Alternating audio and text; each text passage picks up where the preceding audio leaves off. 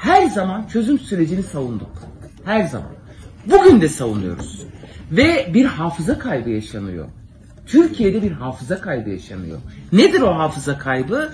O dönemi unuttuk, unutuldu. Sanki hiç böyle bir çözüm süreci olmadı.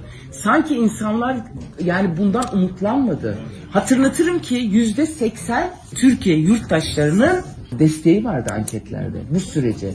Ve Cumhurbaşkanı'nın o dönem ben baldıran zehiri içerim bu sorunu çözmek için dediği bir süreçten söz ediyorum. Şu anda bizi linç eden basın yayın organları o dönem bu haberleri 8 sütuna manşet veriyorlardı ve destekliyorlardı. Ama bugün bu bir lince dönüştü. Çözüm sürecini iktidarın suç ve suç ilişkisi içinde değerlendirmesi sonuçta bumerang gibi gelip kendisini de vurur. Çözüm sürecinde bir taraf sanık, bir taraf savcı olamaz taraflardan biri.